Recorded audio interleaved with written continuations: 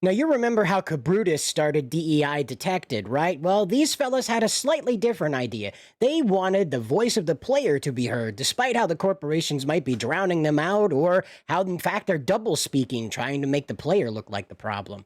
So, here we have it. They've turned their attention on Assassin's Creed Shadows. And for a little bit of a preface to who these people are, this is PlayerXP, founded in 2015 by gamers Chris and Andy. It aims to connect players with the games industry by amplifying their voices through AI-powered reports and engagement metrics.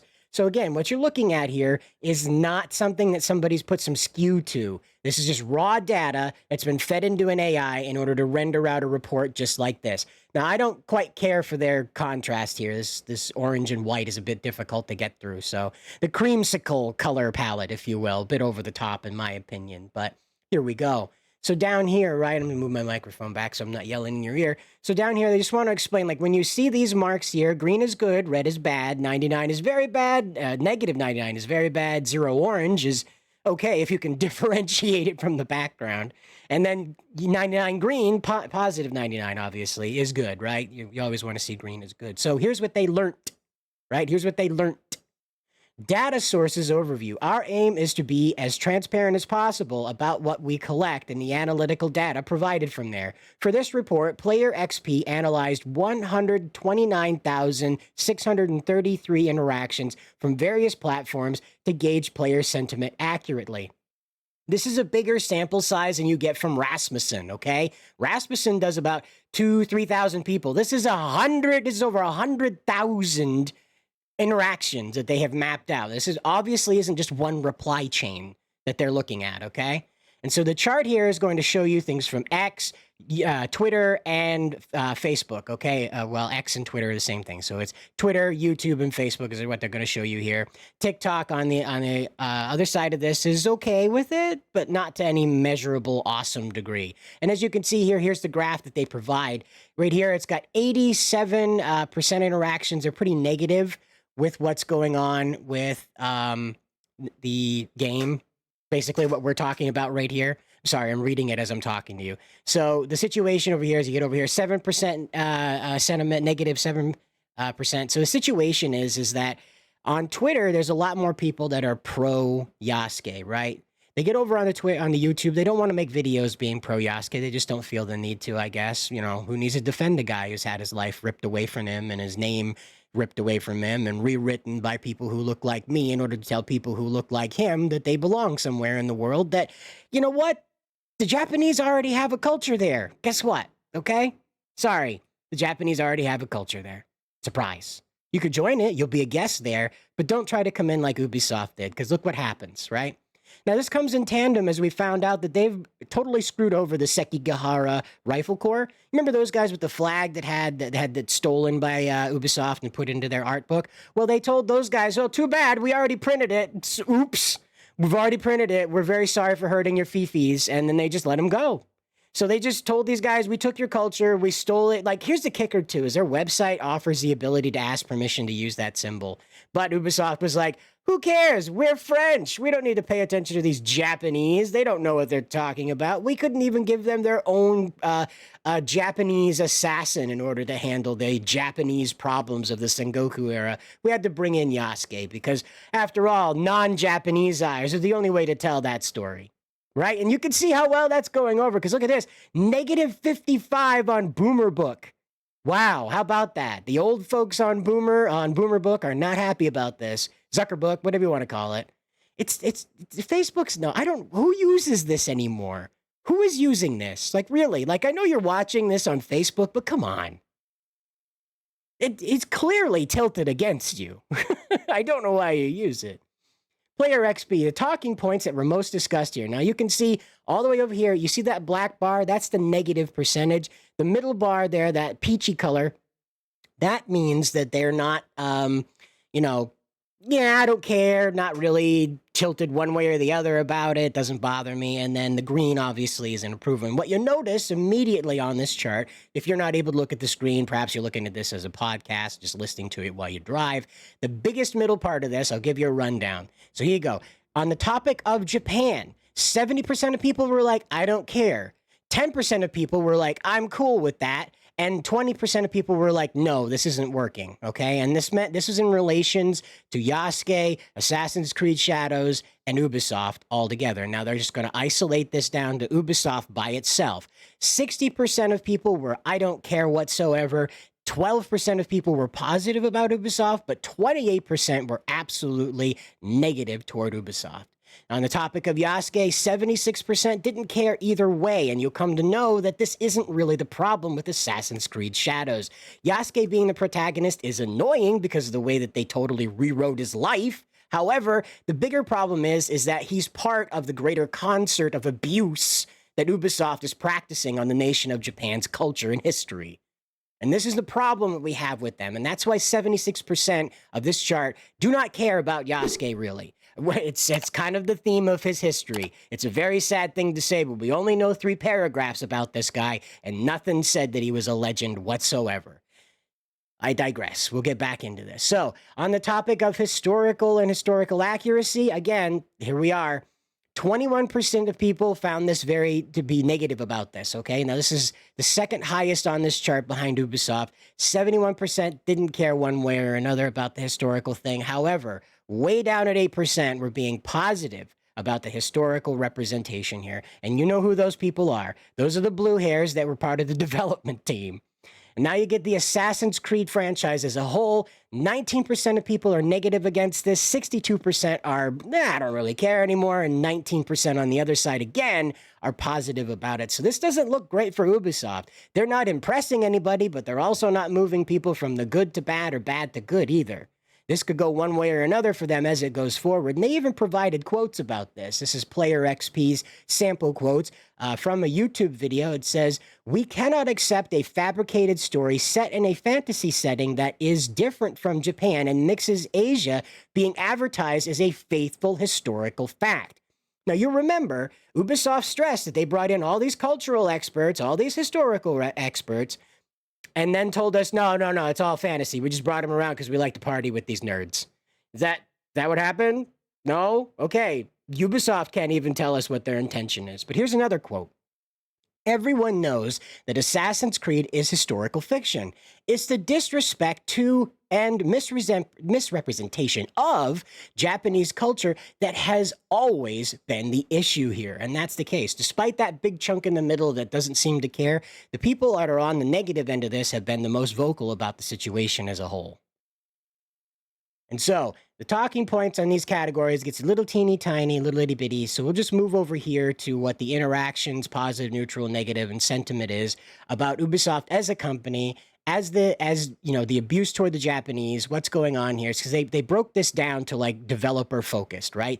Rather than just like asking the AI that synthesized this report there, that brought everything down, distilled it into a you know, what we have here in front of us. What we have instead is they have focused on Ubisoft's representation of these things, not just the global understanding of them. So here's a further distillation, and this is pretty stunning, okay? So of the people that were directly referencing this whole Assassin's Creed situation under the Ubisoft terms, 48% are negative about Ubisoft, okay? Only 7% are being positive about them, leaving 43 in the I don't really care category, all right? Now, on the Japanese, how they're being treated by Ubisoft, again, this is the Japanese through the lens of Ubisoft that we're talking about in this regard. 46% were negative with how Ubisoft was treating Japan, okay? Only 7% were positive about it. Again, this is a further distillation. What we saw above was just kind of a global sampling of the conversation around Ubisoft, around Yasuke, around Japan, around the Sengoku era. This is directly referencing these things. No longer are there just like general conversations. This is direct interaction. And so what this is that, how do you feel about Ubisoft's interaction with history? And it says 47% are negative about it, all right? Leaving, again, only 6% that are being positive about this. How do they feel about support and being supported by Ubisoft? Are you getting any like feedback? Do you feel listened to? And 43% said no, only 6% said yes, and 60% said, I don't really care. So you have a lot of apathy in the people that are paying attention to this, right? And that can't be good for Ubisoft because honestly, you'd rather know that they don't like you so you could try to make a pitch to bring them back, or you'd rather know that they do like you so you can make a pitch to keep them. Having them in the middle is probably one of the most stressful places to be, especially with that giant number in the I don't care category. And then when it comes to Yasuke, 41% were very upset with how he was being handled. I'm one of those people. I don't think this guy should have had his name stolen from him and then rewritten to be something acceptable to Westerners. I think his story is miraculous, although easily forgotten in the grand scheme of how much history and how rich the history of Japan is. Yasuke, while isn't a massive player in that historical history, is important to this particular historical history, right? Put that on a bumper sticker. But this particular chapter in history, that's a better word. Yasuke is I wouldn't say a major part, but he is like a supporting character, if you will, to Nobunaga's story. It further explains who Nobunaga is, rather than Yasuke himself being his own pillar of Japanese culture that just somehow made it through, never being talked about, celebrated, or really explained in any great detail at any functional level of academia in any serious manner beyond research. Okay? I just want to note that Yasuke is not somebody who's taught in school. They don't pause history class and be like, did you know? They don't do that. They're just kind of like, if you want to know, if you heard about that, that's neat. There's a couple books about that. One of them's Fiction by Thomas Lockley. It's fiction, by the way. Remember that. In Japan, it's fiction. And here we go. 7% of people are positive about the treatment of Yasuke, leaving 52% to be like, I don't care. And you'll find, again, like with most of what this chart has shown us, most people are kind of in the middle of the road about it. That's not the preferable place to be. You want to have like a definite yes or no on this. Otherwise, you'll end up spending money on stolen goods. Again, I understand you're not going to go to jail for accessory to theft. Ubisoft isn't going to jail for theft, but that is stealing from someone else's culture, especially when the Sekigahara Rifle Corps made it available to them. Like everybody, you can go there and just ask for permission to use it. They just like to know what you're using it for. It's important to them. It's a piece of their history. They invest a lot of time and money into reenacting the Sekigahara Rifle Corps. They probably don't want it associated with a strip club. Seems reasonable, right? To just like, hey, just let us know what you're using it for. You're good to use it. Just let us know. Seems reasonable. Ubisoft's like, screw you, Jappy. Screw you. Not doing it. I love the French. They're so cool. Anyway, Yasuke as a whole. All right, so the sentiment about him is in the negatives. The toxicity around him, again, like toxicity, you gotta love the AI. The toxicity around him is low, and this is what they note in here, okay? So we'll read the highlighted portion instead of the big old chunk here, and it says, it is important to highlight that the historical accuracy of the character Yasuke has ignited significant debate within the broader Ubisoft Assassin's Creed community. The broader concerns about the game's historical accuracy are represented through this character. The issue of the character's ethnicity in Assassin's Creed Shadows has been heavily debated. However, our toxicity tool has shown the community has less toxic than the industry average, okay? So when it comes to like your Halo bros and your Smash bros, Smash bros, you know, those guys, apparently people complaining about Yasuke, people like me, people are complaining about Assassin's Creed Shadows and Ubisoft's general caretaking of their own brand. Not as bad. Not as bad as what else is going on in the world. Now that you really have to pause and remember, we're talking about a black guy, okay? And now the conversation around that hasn't devolved into a space that's worse than the conversation that was going on around Hades 2 and what was going on around Eve there, Stellar Blade. Okay, so this is pretty astonishing to sit here and see like an AI, like you know how they are, like they're totally programmed with the Globo stuff. So here you go, get the AI admitting that it's not that bad. People kind of have a point. They're not that evil about what they're saying about this guy. It's actually kind of healthy, the conversation that's happening. That's astonishing, really. I think you need to take a minute and appreciate the fact that a lot of people have maintained control in this situation. And finally, they close out their report with this.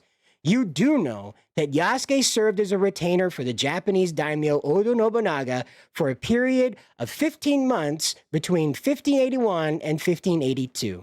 This is quote from a YouTube official, all right? From YouTube.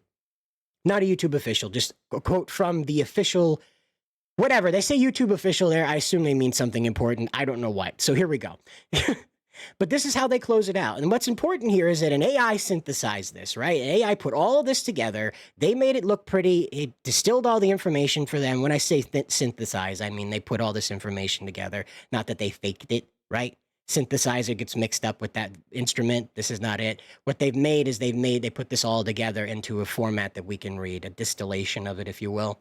And so that's what this is. And then the takeaway, guys, the takeaway is that we're not the problem. Ubisoft is the problem, and players aren't feeling heard.